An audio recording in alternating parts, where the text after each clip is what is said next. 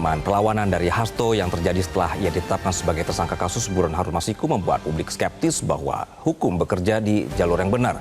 Publik mengkhawatirkan kesungguhan, tekad, dan aksi Hasto untuk buka-bukaan berbagai skandal korupsi sejumlah pejabat tinggi akan redup oleh tekanan politik yang lain. Kalau memang hendak memperbaiki kondisi negeri dari praktik korupsi, publik tentu akan menyampaikan apresiasi yang tinggi kepada Hasto atas niatnya tersebut. Tapi apabila sebaliknya, pemirsa, publik layak kecewa karena hukum masih jadi mainan politik. Inilah editorial Media Indonesia edisi Senin 30 Desember 2024 dengan tema Buka-bukaan saja Hasto bersama saya Anggi Asibuan. Anda juga bisa berpartisipasi dan berinteraksi melalui telepon interaktif di nomor 021 583 99100, sekali lagi di 021 583 99100. Pagi ini sudah hadir bersama saya anggota Dewan Redaksi Media Group Abdul Kohar. Selamat pagi, Mas. Selamat pagi, Agi. Selamat pagi. Kita melihat banyak sekali drama seminggu ini yang masih berkenaan dengan kasus ini. Betul. Termasuk menutup akhir tahun dengan drama. Itu, ya, dengan hangat ya. Ada drama, termasuk ada bencana ya. Kita lihat saat ini, luar biasa. Oke, dan pemirsa, inilah yang akan kita angkat di pagi hari ini bersama Mas Kohar berkenaan yang pertama headline dari Media Indonesia berkenaan dengan kecelakaan pesawat ya, Mas ya. Ini yang kita angkat di pagi hari ini. Yang pertama bahwa Korea Selatan ini berkabung selama 7 hari, pemirsa. Kecelakaan pesawat Jeju Air terjadi pada hari Minggu 29 Desember 2024 di Bandara Internasional Muan, Korea Selatan. Mas Kohar, ini kalau kita melihat ya, Mas, dalam pekan ini ada Azerbaijan Airlines flight kemarin, ada KLM flight juga, ada Air Canada flight, dan ada Jeju Air flight ini juga mengalami kecelakaan. Apa yang bisa kita lihat dari sini, Mas? Iya, ini adalah sebuah warning ya bagi siapapun yang berada di pihak-pihak ya, pihak-pihak yang bertanggung jawab terhadap seluruh alur maskapai untuk betul-betul memperhatikan keselamatan, betul-betul lebih berhati-hati, dan betul-betul lebih tertata begitu ya dalam hal traffic ini. Ini kan karena kita lihat bahwa di akhir tahun kan kerap sekali terjadi kecelakaan pesawat misalnya. Kenapa? Karena traffic sedang tinggi, orang berlibur, orang sedang melancong begitu ya. Termasuk Jeju Air ini kan dari Thailand ke Korea Selatan pulang. Lalu selain itu juga selain traffic, bulan-bulan Desember adalah bulan ketika cuaca tidak menentu. Betul. Banyak bahkan di berbagai tempat cuaca sangat buruk. Dan inilah yang menyebabkan mengapa sedikit saja ada hal yang tidak beres dalam pesawat, maka dia bisa mengalami kecelakaan. Dari mulai intensitasnya yang kecil, sedang, bahkan berat sampai yang terjadi seperti Jeju, ketika 181 orang, hanya 2 yang selamat. 179 diperkirakan tewas. Sudah dinyatakan tewas ya, 179. Tentu ini adalah sebuah tragedi, dan tentu kita tidak berharap bahwa hal semacam ini terjadi dimanapun, di belahan manapun, apalagi di Indonesia. Iya. Mas Kohar, kita juga menginfokan ke pemirsa ya, bahwa dari KBRI juga sudah mengecek ini tidak ada WNI dalam manifestnya.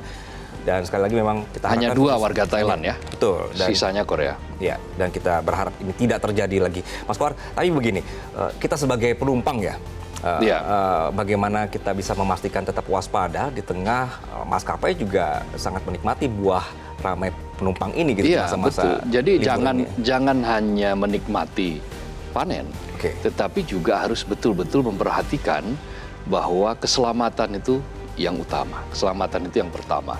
Jadi silakan, bahwa ini memang istilahnya kalau orang menanam ini panennya kan, peak season yang merupakan waktu-waktu yang sangat menguntungkan. Tetapi setidak-tidaknya atau jangan sampai melupakan sekecil apapun hal-hal yang bisa berpotensi ya menimbulkan gangguan, baik itu di kalangan maskapainya maupun mereka yang bertanggung jawab terhadap traffic ya. Apalagi dengan cuaca yang sangat buruk seperti sekarang ini, cuaca yang kerap tidak menentu lah, angin, hujan di mana-mana gitu kan, di Eropa, salju dan seterusnya. Kita tentu melihat bahwa tadi 4 penerbangan yang mengalami kecelakaan di pekan ini menandakan bahwa kecelakaan bisa terjadi di segala maskapai, dimanapun terjadinya, karena seperti yang Mas sampaikan tadi ada masalah cuaca di sini di akhir tahun, dan juga yang bisa diminimalisir dari kecelakaan ini adalah sekali lagi tanggung jawab dari maskapai untuk memberikan layanan terbaik dan juga tidak hanya menarik sebanyak-banyaknya penumpang, begitu Mas ya? Iya betul, tanggung jawab, kemudian selalu mengecek ya apa-apa yang memang sudah menjadi prosedur tetap ya, prosedur permanen, prosedur tetap, bahkan melampaui prosedur, cek dan recheck itu sesuatu yang harus, juga termasuk pengelola bandara. Betul. Jadi bagaimana mengatur traffic yang sangat padat.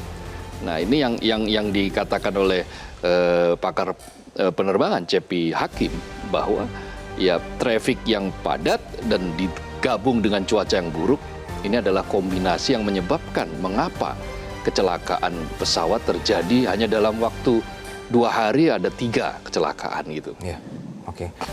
Baik, kita lanjutkan Mas Kohar.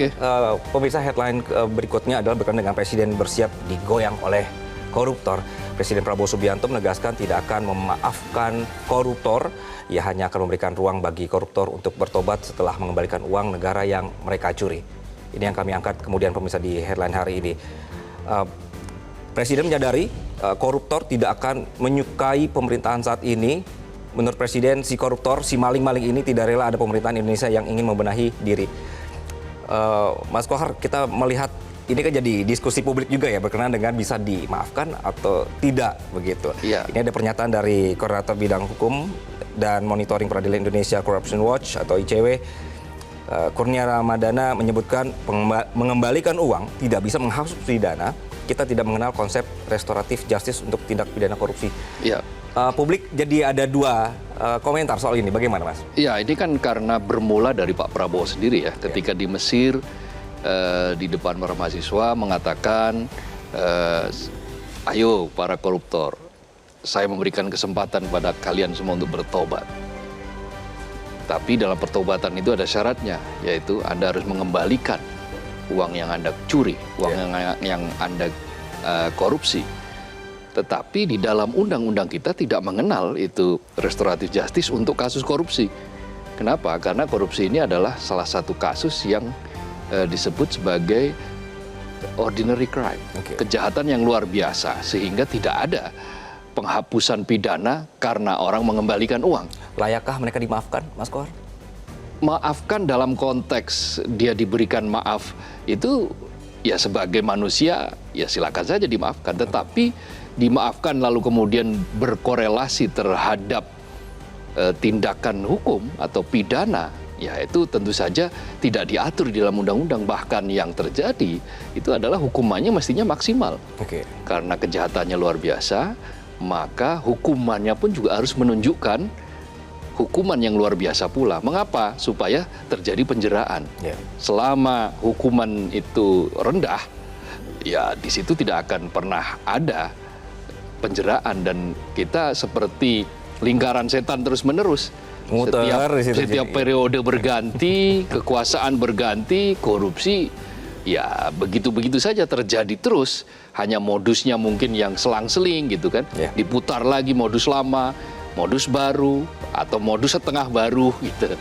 Tapi ini ada yang menarik ya Mas ya. Ini ada pernyataan dari Wakil Ketua Komisi Pemberantasan Korupsi 2023-2007, maksud saya 2003-2007, Eri Iriana, yang memberikan perspektif undang-undangnya harus diubah kalau misalnya ada usulan mengembalikan uang hasil korupsi, karena perlu dikaji ulang nanti mekanisme penghitungan ganti ruginya seperti apa, siapa yang tanggung jawab. Kalau ada perspektif seperti ini, Mas? Ya, kan undang-undangnya sampai saat ini masih menyatakan bahwa pengembalian uang hasil korupsi itu tidak serta-merta menghapus pidana. Selama itu belum diubah, maka ya yang terjadi tetap. Diubah itu bisa dalam bentuk undang-undang yang baru atau bisa dalam bentuk perpu. Tetapi kan membuat perpu untuk memaafkan koruptor itu kan pasti tidak populer. Itu pasti akan menimbulkan guncangan yang sangat hebat, dan itu tentu akan melukai keadilan masyarakat gitu. Jadi sekali lagi kita tidak bisa memaafkan koruptor. Setuju nggak Mas Pagi? Iya. Dalam konteks hukuman tidak bisa. Oke, baik. Dan pemirsa, kami juga akan membahas ini berkenaan dengan yang politik salik intai. Ini masih dominan. Kami mengangkat ini sebagai headline juga. KPK diminta tidak berspekulasi perihal rencana pemanggilan Ketua Umum DPP PDIP Megawati Soekarnoputri dalam kasus yang menjerat Hasto. Langkah Sekjen DPP PDIP Hasto Kristianto yang dikabarkan hendak membongkar kasus dugaan korupsi memperlihatkan politik saling sandra. Mas setuju ini, Mas?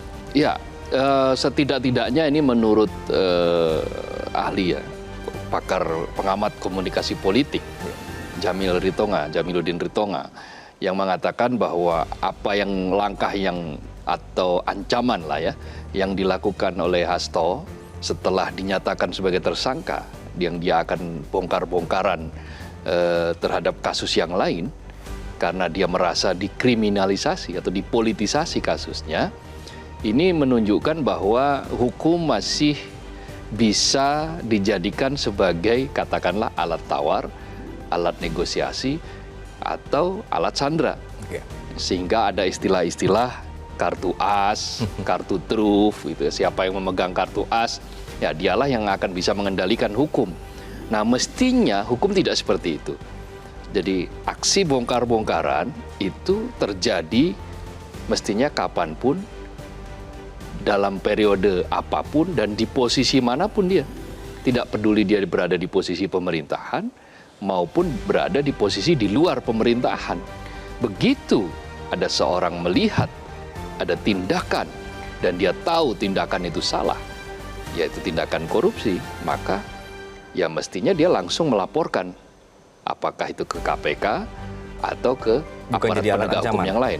Bukan dijadikan sebagai alat yang disimpan, lalu kemudian baru dikeluarkan ketika dia dalam posisi terjepit. Tidak seperti itu. Tetapi apapun ini tetap ya kita tunggu, harus kita sambut gitu. Oke, Mas Kohar, kita sebagai publik dipertontonkan, Mas, dengan seperti ini, saling intai, saling sandra. Ya akhirnya persepsi publik kan seperti itu, karena ini kasus kan sudah berjalan sejak Januari 2020, hampir 5 tahun ini kasus.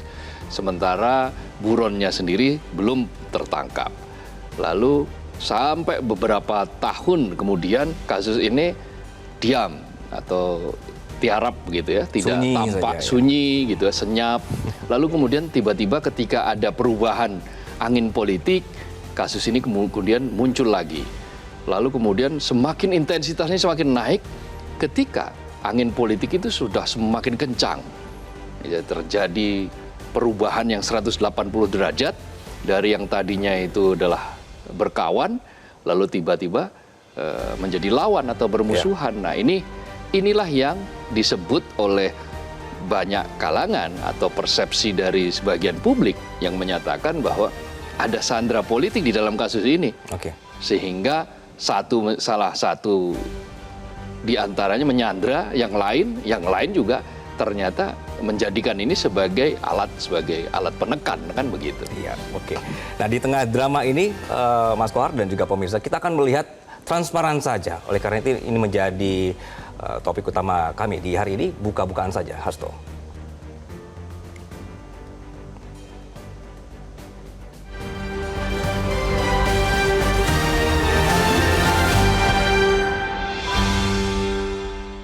Buka-bukaan saja, Hasto.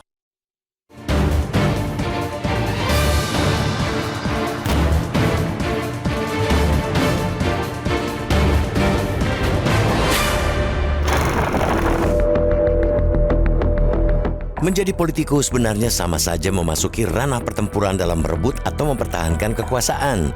Bagi penguasa, tentu ingin mempertahankan dan melanggengkan kekuasaan. Hanya, terkadang ada saja kawan seperjuangan yang kemudian berbalik arah 180 derajat dari sebelumnya koalisi menjadi oposisi. Ada juga yang mengaku koalisi, tapi serasa oposisi. Sehingga, menjadi penguasa juga harus bisa membagikan kue kekuasaan ke kolega sejalan seperjuangan. Akan tetapi, penguasa tentu belum bisa tenang, karena kawan, koalisi, bisa jadi tinggal menunggu waktu menjadi lawan. Karena pada hakikatnya, tidak ada kawan abadi di politik. Wajar bila politikus di tanah air kerap menggunakan politik sebagai alat sandera atau negosiasi. Orang yang tersandera sama saja telah ditawan. Mereka akan menghadapi pilihan yang minim, mengikuti atau berperang melawan penyandera. Kalau melawan, harus siap-siap masuk bui. Politik sandera memang kerap menggunakan instrumen hukum sebagai alat penggebuk atau alat tawar-menawar terhadap lawan politik. Walhasil, institusi penegak hukum kerap diatur-atur oleh politisi atau penguasa. Jangan harap ada lagi pembagian kekuasaan antara eksekutif, legislatif, dan yudikatif yang berlaku di negara demokrasi seperti dibayangkan John Locke dan Montesquieu.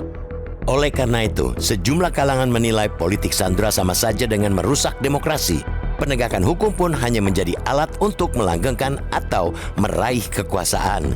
Kini, politik yang menyandera dan syarat negosiasi dikhawatirkan masih juga terjadi di tanah air. Celakanya, aroma negosiasi itu mulai menyenggol ranah hukum. Jadilah hukum hendak dibuat takluk oleh politik.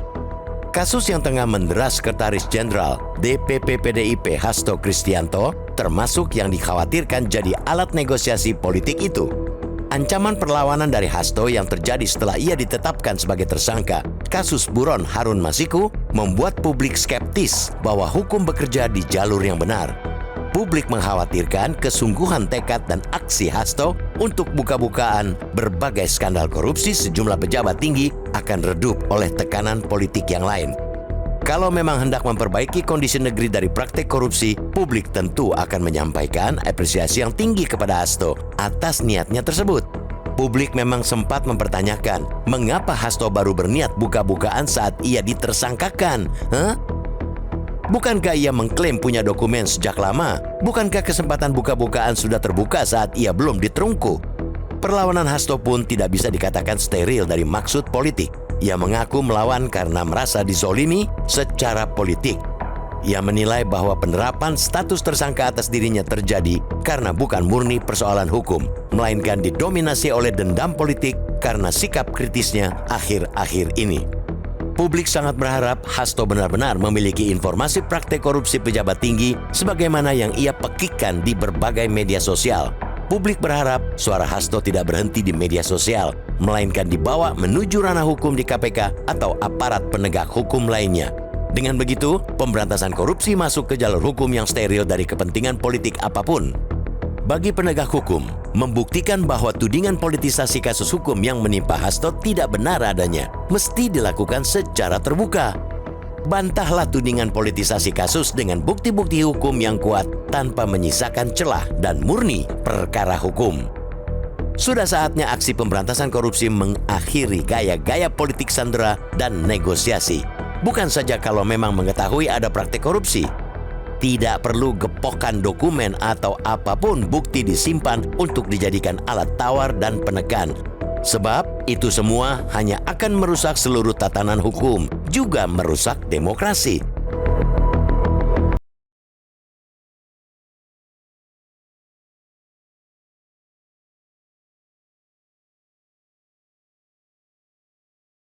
Kami ajak Anda pemirsa untuk berpartisipasi dan juga berinteraksi terkait tema yang kami bahas dalam editorial hari ini melalui telepon interaktif di nomor 021 583 99 100. Sekali lagi di 021 583 99 100. Editorial Media Indonesia akan kembali usai jeda.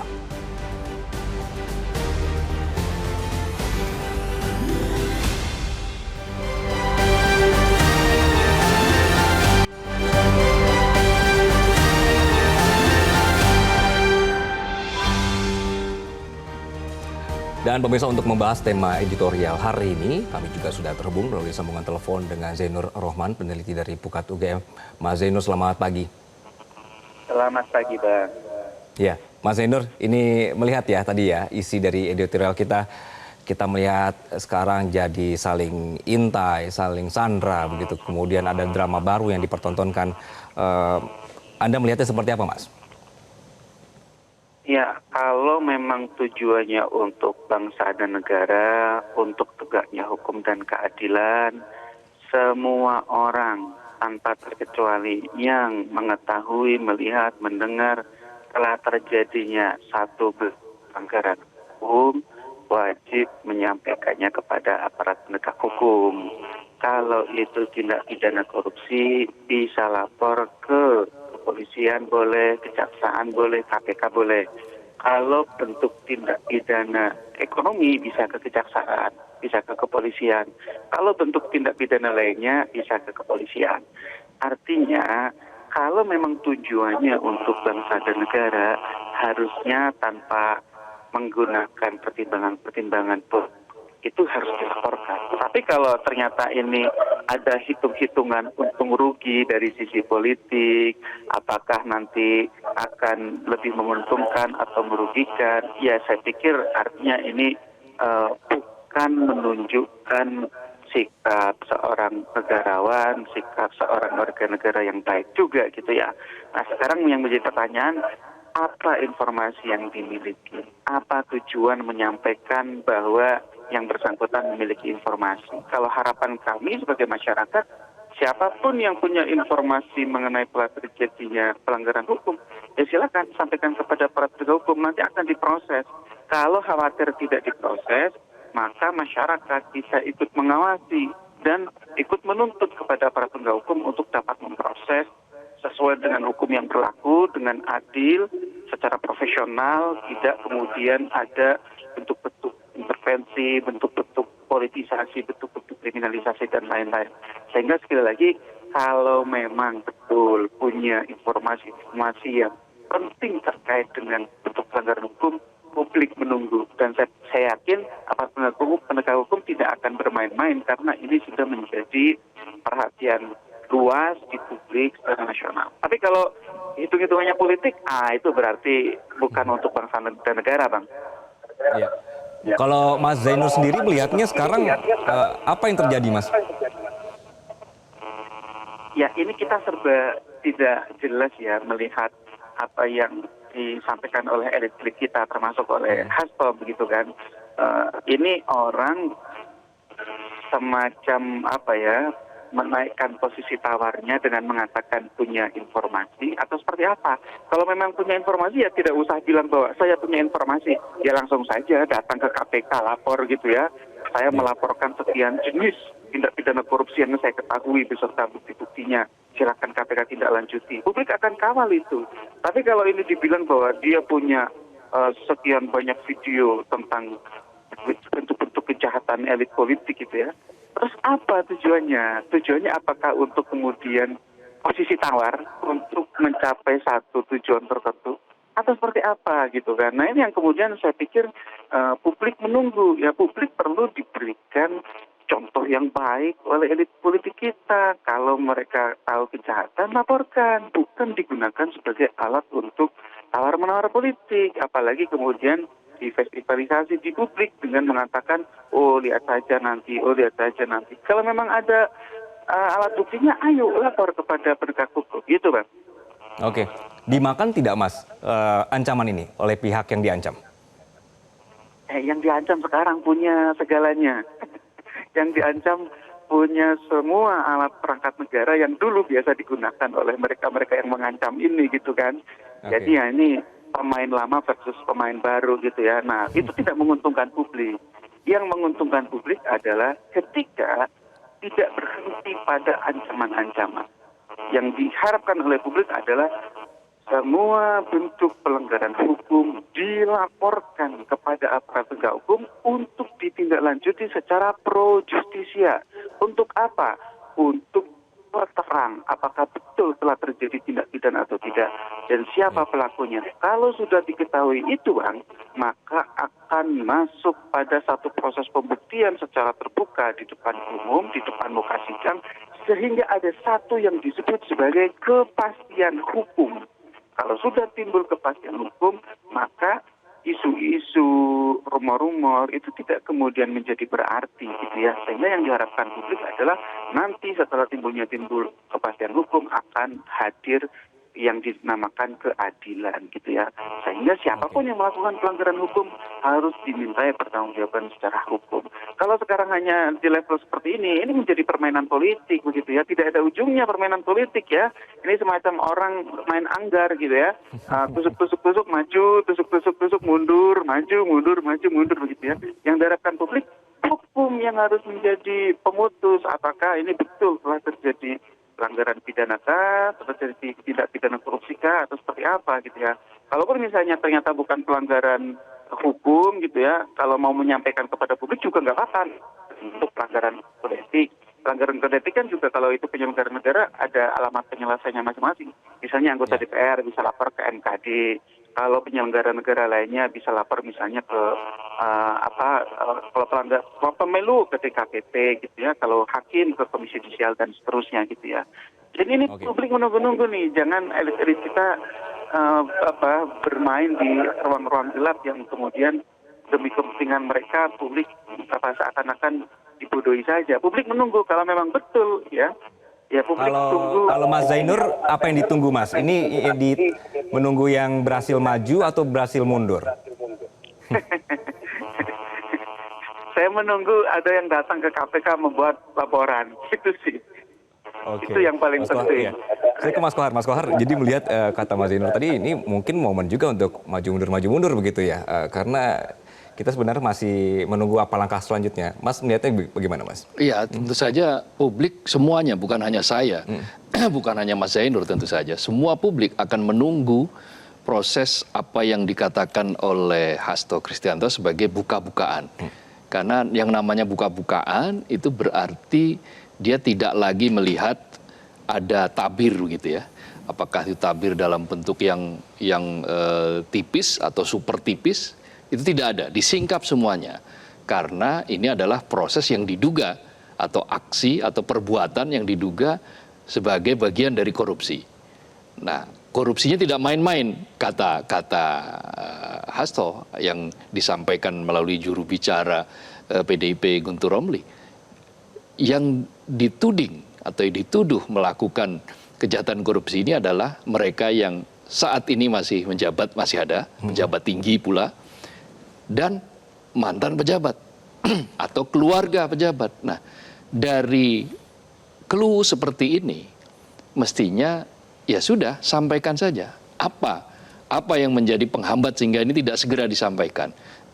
Kalau memang tujuannya sebagaimana tadi dikatakan oleh Mas Zainur adalah untuk kepentingan bangsa, untuk kepentingan negara, karena memang kita masih menghadapi situasi yang buruk dalam pemberantasan korupsi, bahkan semakin buruk dalam akhir-akhir ini, maka ya mestinya langsung segera beraksi untuk mengungkap siapa itu dan apa kasusnya, dengan tentu saja bukti-bukti yang kuat. Bukan bukti-bukti yang sudah umum lalu kemudian menjadi rumors ya, menjadi pembicaraan yang sebetulnya belum ada. Jadi bola liar baru jadinya ya. Betul, ini bola liar baru sehingga ya memicu kegaduhan saja. Oke, Mas, tapi dengan adanya kemarin KPK juga sudah expose penemuannya apa, perannya apa begitu si Hasto ini, kita semakin, apakah itu bisa ibaratnya bisa meluluhkan narasi bahwa ini politisasi karena ada bukti-bukti jelas begitu. Ya, jadi gini, hukum itu harus lurus, tegak lurus.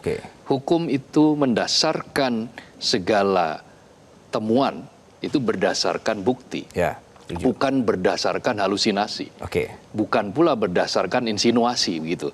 Jadi ketika hukum itu sudah mendapatkan bukti, sebuah kasus itu faktanya sudah jelas, sudah clear, kalau di dalam KPK mentersangkakan orang itu harus minimal ada 2 alat bukti, minimal ya, ada 2 alat bukti, maka ya go, lakukan, go ahead, jangan ragu-ragu lagi, jangan mundur oleh tekanan politik. Mas Kohar melihat ada keraguan lagi sekarang? Ya, kalau saat ini yang terjadi adalah mulai dimunculkan lagi, mulai berjalan lagi seiring dengan komisioner yang baru. Kan kita melihat bahwa kasus ini sudah terlalu lama. Lalu sempat muncul drama-drama misalnya Harun Masiku terdeteksi di wilayah A, di wilayah B, ada yang mengatakan masih di dalam negeri, dan di luar negeri. Itu semua adalah sebuah publik mencatatnya sebagai sebuah drama. Maka kemudian ketika ada angin yang berhembus berbelok arah, mulai ini kemudian muncul lagi. Bagi publik tentu saja ini bagus-bagus saja. Selama memang tujuannya adalah untuk mencapai clean government, sebuah pemerintahan yang bersih. Juga good corporate governance, tata kelola yang baik gitu, yang sesuai dengan yang diatur di dalam undang-undang dan segala peraturan di dalamnya. Nah, dalam konteks kasus Harun Masiku ini kan proses perjalanannya sudah jelas. Sudah ada yang diadili, sudah ada yang masuk bui, komisioner KPU yang sudah divonis, lalu kemudian kasus ini masih berkembang. Dan dikembangkan lagi karena apa? Karena sampai detik ini kan Harun Masikunya belum tertangkap ini. Sebenarnya itu poin utamanya awalnya. Awalnya seperti itu. Nah, tapi kemudian ada bukti-bukti yang sebagaimana disampaikan oleh KPK yang menunjukkan setidak-tidaknya ada koneksi lah antara Sekjen PDIP Hasto Kristianto ini dengan buron Harun Masiku. Tetapi seperti apa koneksi itu dan sejauh mana keterlibatan itu, tentu KPK lah yang nanti akan mengungkapnya. KPK lah nanti yang akan membawanya ini ke pengadilan dan pengadilan lah yang akan menilai. Dari ketika nanti sudah dibuka di pengadilan, pada titik itu kita akan tahu seperti apa alurnya dan siapa sebetulnya yang bersalah dan apakah betul bahwa kasus ini memang digunakan sebagai komoditas politik, digunakan sebagai alat tawar, alat negosiasi, atau alat tekan, bahkan mungkin alat sandera, saling sandera antara satu dengan yang lain. Nah, yang pasti adalah baik pemerintah melalui Mensesnek kan sudah menyatakan silakan buka-bukaan saja, begitu ya, kan? Laporkan saja begini. KPK juga sudah mengatakan, oh itu akan bagus, kami siap menerima. Kalau memang dokumen itu sudah ada, ya silakan sampaikan. Nah, apa yang kemudian dinyatakan oleh Hasto melalui video, kemudian juru bicara Guntur Romli mengatakan bahwa ini akan segera dibuka karena Hasto merasa dijadikan sebagai korban kriminalisasi dan korban politik, tentu ini ada intensi politik di situ. Nah, harapan publik bahwa intensi politik itu kalaupun ada tidak mendominasi. Jadi bukan itu. Karena jadi laporkan dan KPK sebagai pihak yang nanti dilapori juga harus menelisik ini dengan sangat serius. Oke, pertanyaan lanjutannya, Mas, menunggu apa sekarang gitu? Karena belum ada yang melapor juga, tapi ditahan dulu, Mas Kohar, dan kami akan kembali usai jeda. Pemirsa, tetaplah bersama kami.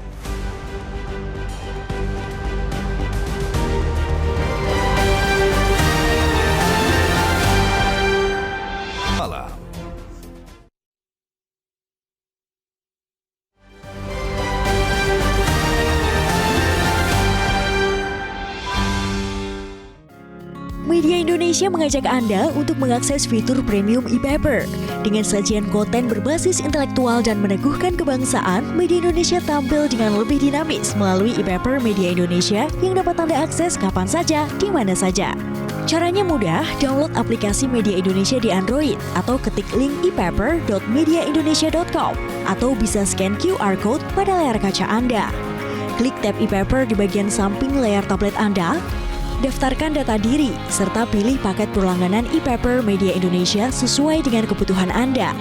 Nikmati juga bonus spesial tambahan 4 halaman rubrik fokus setiap hari. Semua bisa Anda dapatkan hanya di e-paper Media Indonesia.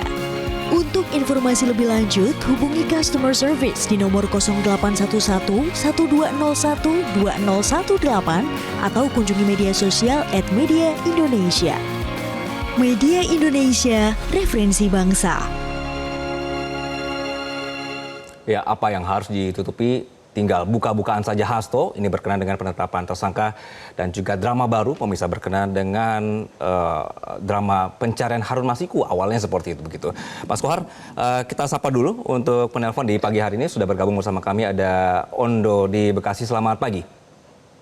Selamat pagi Bung Anggi, selamat pagi Bung Kohar. Selamat pagi Mas Ondo. Silakan Mas. Iya, kita tunggu nih Mas Hasto itu buka-bukaan, jangan omon-omon doang ya. Memang benar di Indonesia ini ada keanehan soal hukum.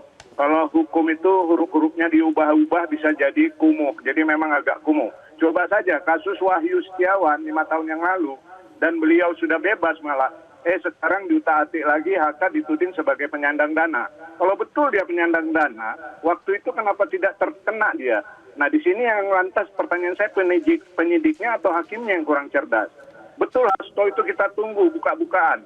Apalagi ada dokumen katanya yang dinotariskan sampai ke Rusia. Wah, penting amat itu dokumen sampai dinotariskan di sana. Ancaman saja atau cuman apa benaran ini? Kalau benaran, rakyat menunggu benar nih. Bila Hasto tidak jadi ditahan, maka kami rakyat menganggap bahwa ancamannya benar. Berarti dokumen itu benar dan harus dibuka. Itu dokumen berbahaya berarti kalau sampai Hasto tidak ditahan. Jadi saya mau KPK itu panggil dan periksa. Ada kasus-kasus di Indonesia ini yang memang ada keanehan. Coba saja itu kasus 300T dihukum 6 tahun. Aku mau itu dihukum 6 tahun cuma 1 T saja. Ada hukum masalah CSRBI minggu lalu ada tersangkanya sekarang lenyap. Jadi benar-benar ini harus kita tunggu nih masalah Hasto buka-bukaan semuanya. Terima kasih. Terima kasih. Ada Ondo di Bekasi. Kemudian kita akan menyapa ada Sukapti. Ibu Sukapti di Sukoharjo. Selamat pagi, Ibu. Ya, selamat pagi. Selamat ya, ketemu di Metro lagi, sudah lama nih. Begini ya, mengenai buka-bukaan, drama komoditas politik. Mengapa Hasto Sekjen PDIP baru buka sekarang mengenai kasus yang menyangkut Jokowi dan keluarganya. Kemudian yang kedua, Harun Masiku itu harus diburu terus, jangan didiamkan karena sudah 5 tahun. Kemudian jangan menantang hukum yang berlaku, itu akan merusak demokrasi. Kemudian sekarang banyak rumor ya di media mungkin akan menyangkut mengenai menafjulkan pejabat yang di atas. Kemudian berantas korupsi hingga sesuai program Prabowo, sesuai pidato saat perayaan Natal. Kemudian sekarang sudah ada menteri baru, Menteri Agama, itu sudah berani datang ke KPK supaya mengawasi kinerjanya Departemen Agama. Demikian saya Sukapti dari Bulusari, Kelurahan Kecamatan Kabupaten Sukoharjo. Terima kasih. Wassalamualaikum warahmatullahi wabarakatuh. Waalaikumsalam warahmatullahi wabarakatuh. Kita juga akan menyapa ada Aslin di Kaltara. Selamat pagi. Selamat pagi. Silakan, Pak. Ya. Saya sangat bangga dan bersyukur kepada Tuhan Yang Maha Kuasa terkait Hasto itu. Kalau memang benar buka-bukaan, jangan omong doang. Harapan saya Hasto ini betul-betul harus terbuka. Kalau memang betul-betul ada data, ada bukti, ada video dan lain sebagainya. Nah, inilah yang perlu diharapkan oleh masyarakat. Akan kami lihat.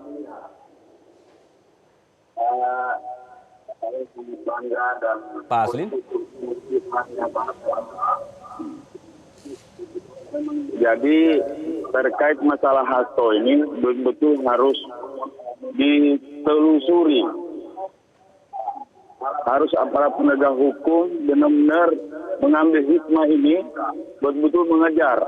Apalagi kasusnya Harun Masiku ini sudah berjalan 5 tahun. Dan ini juga tidak ada perhatian dari pihak-pihak aparat penegak hukum. Tangkap itu Harun Masiku itu. Dikejar itu. Oke, baik. Pak Aslin, terima kasih Pak. Pak Aslin di Kaltara. Mas Kohar, pertanyaan tadi adalah apa yang ditunggu saat ini begitu ketika semua saling mengancam? Ya, kalau semakin lama semakin ditunggu dan semakin lama dokumen itu disimpan, maka akan semakin kuat kecurigaan publik bahwa ini merupakan sebuah drama politik. Lebih kepada drama politik ketimbang upaya atau ikhtiar untuk mewujudkan sebuah tata pemerintahan, tata politik, tata hukum yang tegak, yang bersih. Nah, itu yang harus diberikan garis tebal. Mengapa? Karena mestinya tanpa ada tekanan, tanpa ada momentum, itu mestinya ketika melihat ada pelanggaran, ketika melihat ada ketidakberesan, bahkan ketika melihat ada korupsi, maka ya langsung saja buka saja itu dokumen, sampaikan kepada KPK, percayakan bahwa dokumen itu memang akan ditindaklanjuti. Kalau memang kepercayaan terhadap penegak hukum itu katakanlah tipis, ya, kepercayaannya tipis, ketidakpercayaannya yang tebal, maka ya ajak masyarakat. Kan Hasto sudah menyampaikan ini melalui media sosial. Masyarakat juga sudah melihat video Hasto yang mengatakan memiliki sejumlah dokumen. Bahkan bincang-bincang dia dengan Koni Rahakundini kan juga sudah disampaikan itu semua. Jadi masyarakat juga sudah terpikat dengan ucapan ini dan menunggu. Lalu ketika publik sudah menunggu, maka yang harus dilakukan ya segera laporkan. Menunggu apa lagi? Jadi segera laporkan, kumpulkan itu dokumen, apalagi dokumen ini kan katanya sudah lumayan lama lah ya dimiliki oleh Hasto. Dan siapa saja yang terlibat di situ, siapa yang diduga melakukan praktik-praktik korupsi, dugaan korupsi apa, atau melakukan apa, lalu bekerja sama dengan siapa. Yang paling penting adalah bahwa laporan itu bukan, sekali lagi, bukan berdasarkan halusinasi, bukan bermaksud insinuasi, atau pembunuhan karakter, kira-kira begitu. Tetapi murni ini adalah praktek, memang betul-betul praktek korupsi yang buktinya sudah sahih. Nah, dengan begitu dia akan menjadi bukti yang kuat, dan ini adalah angin segar malahan bagi pemberantasan korupsi. Mas Kohar, begini, ketika ada orang yang secara publik menginformasikan ada dokumen bukti nih dugaan tindakan dugaan tindakan pidana korupsi, terus didiamkan, ini apakah secara prosedur juga tidak salah atau salah juga? Ya mestinya dia langsung melaporkan itu. Kalau dia mendiamkan, maka dia bisa masuk dalam kategori ya menghalang-halangi. Menghalang-halangi proses pemberantasan korupsi. Bisa dikatakan seperti itu. Menyimpan segala sesuatu yang dia ketahui, dia lihat, dia dengar gitu ya, dia saksikan untuk tujuan yang lain. Itu jelas bahwa itu adalah merupakan bagian dari merintangi praktek penegakan hukum di Republik ini. Jadi hukum itu memang harus memberikan keadilan dan kepastian. Hukum itu harus memunculkan justice and order, keadilan dan ketertiban, keteraturan. Nah, ketika hukum itu tidak mampu menyangga dirinya menjadi sebuah kekuatan yang kokoh, maka dia akan rapuh oleh tekanan politik. Dia akan rapuh oleh badai atau angin yang menerjang, yang angin itu bekerja di luar pekerjaan hukum, di luar kasus hukum. Apa itu? Ya tadi, saling intai, dicatat dulu, dibuat sebuah catatan, dokumen dikumpulkan dulu. Ini orang sudah melakukan kesalahan A, B, C, D, diam-diam diintai gitu. Begitu dia sudah berseberangan atau begitu dia sudah sepaham dengan saya atau melawan saya, maka saya akan gunakan kartu ini, kartu truf, kartu as, kan kita kira-kira begitu. Inilah yang disebut sebagai politik sandera. Inilah yang memperalat hukum sebagai alat untuk kepentingan politik. Apakah itu kepentingan politik meraih kekuasaan atau melanggengkan kekuasaan? Kan begitu aja. Melanggengkan kekuasaan juga bisa menggunakan hukum, kalau hukum itu rapuh ya. Begitu pula merebut kekuasaan juga bisa menggunakan hukum, kalau hukum itu tidak tegak lurus. Kalau hukum itu doyong-doyong atau condong-condong ke kanan dan ke kiri. Jadi karena itulah maka hukum itu harus berada pada posisi yang dia betul-betul kokoh, dia kuat. Jangan mau diintervensi oleh kepentingan apapun.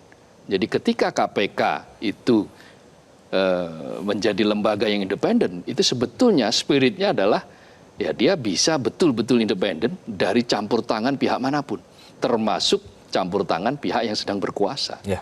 Tapi sayangnya kan kemudian ada revisi Undang-Undang KPK kan, yang di situ KPK tidak lagi menjadi lembaga independen full, tetapi lembaga independen yang berada dalam rumpun eksekutif. Nah, kata-kata rumpun eksekutif ini. Mas Kohar, bagaimana kita menjaga supaya ini jangan menjadi plot twist. Di ujung-ujungnya justru ini benar-benar berbeda yang kita harapkan. Tapi dijawab nanti, Mas Kohar, dan pemirsa tetaplah bersama kami di pagi hari ini.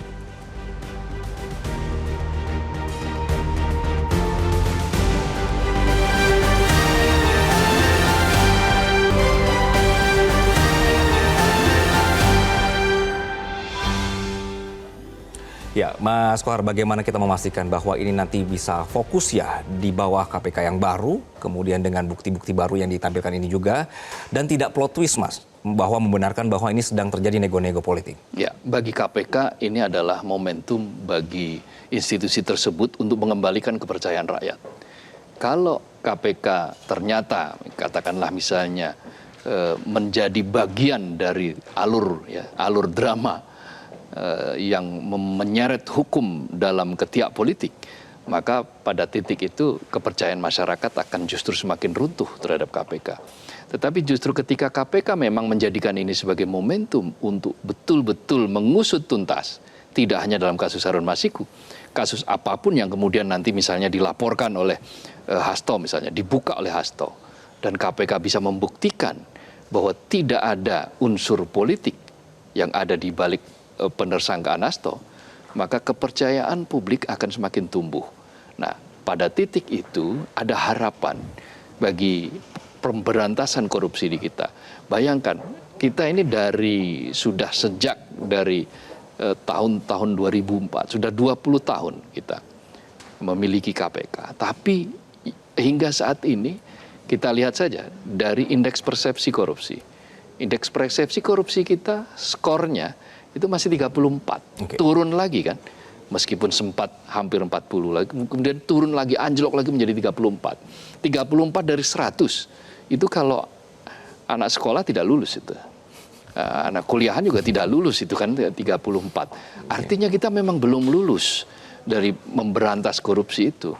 Kita belum lulus dari upaya-upaya untuk membuat Republik ini bersih. Berkali-kali pidato disampaikan. Setiap rezim berbeda akan selalu memidatokan anti korupsi. Tetapi faktanya sampai saat ini kita masih menghadapi persoalan-persoalan yang pelik.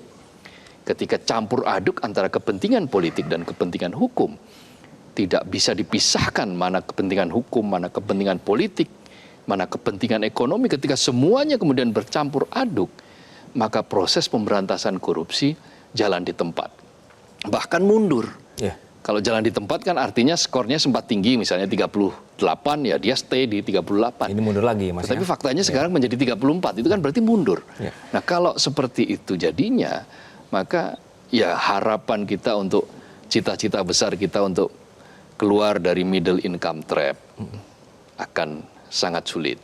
Cita-cita kita akan mewujudkan Indonesia emas juga akan sulit. Cita-cita kita untuk mewujudkan integritas, ya, anak-anak bangsa juga semakin sulit, semakin jauh.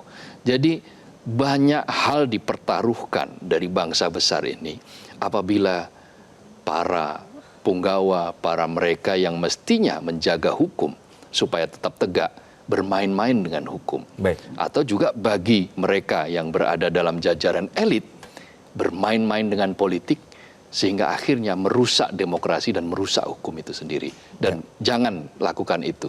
Karena itu buka-bukaan saja gitu. Mas Kohar, terakhir singkat saja bagaimana meyakinkan bahwa KPK yang sekarang ini benar-benar bisa menjaga marwah demokrasi kita. Bukti nyata. Ketika dia tidak pandang bulu, tidak tajam ke atas, tapi tumpul ke bawah atau ke samping, ke kanan, ke kiri, kepada teman, ya, kepada kolega dia juga tetap teguh, kukuh untuk melakukan semua hal-hal yang terkait dengan tugas-tugas dia, yaitu memberantas korupsi, maka pada titik itu dia akan bisa membuktikan bahwa pemberantasan korupsi masih layak untuk memperoleh harapan dari publik. Oke, Mas Kohar, terima kasih atas kebersamaannya di pagi hari ini, dan pemirsa, sudah saatnya aksi pemberantasan korupsi mengakhiri gaya-gaya politik sandra dan negosiasi.